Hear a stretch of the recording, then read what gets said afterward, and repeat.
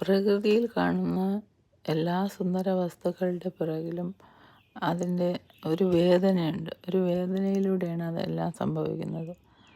ഏറ്റവും വലിയ വേദനയായ പ്രസവ വേദനയിലൂടെയാണ് നമ്മൾ തന്നെ ഈ ഭൂമിയിൽ എത്തുന്നത്. എത്ര മനോഹരമാണ് ഒരു കുഞ്ഞിൻ്റെ ചിരി, അല്ലെങ്കിൽ അത് എത്ര ദൈവീകമാണ് ആ ഒരു ജീവൻ. അപ്പോൾ അതുപോലെ ചെറുതായാലും വലുതായാലും എല്ലാ സുന്ദര വസ്തുക്കളുടെ പിറകിലും കുറേ വേദനകളും പരിശ്രമങ്ങളും കാണും. നല്ലൊരു വീട്, അതല്ലെങ്കിൽ നല്ല ഒരു പാർക്ക്, അല്ലെങ്കിൽ ഒരു ചിത്രം, എല്ലാത്തിൻ്റെയും പുറകിൽ ഒരു ക്ഷമയോടെ വളരെ മിക്കവാറും വേദനയിൽ നിന്നാണ് ഇതെല്ലാം തന്നെ ഉത്ഭവിക്കുന്നത്.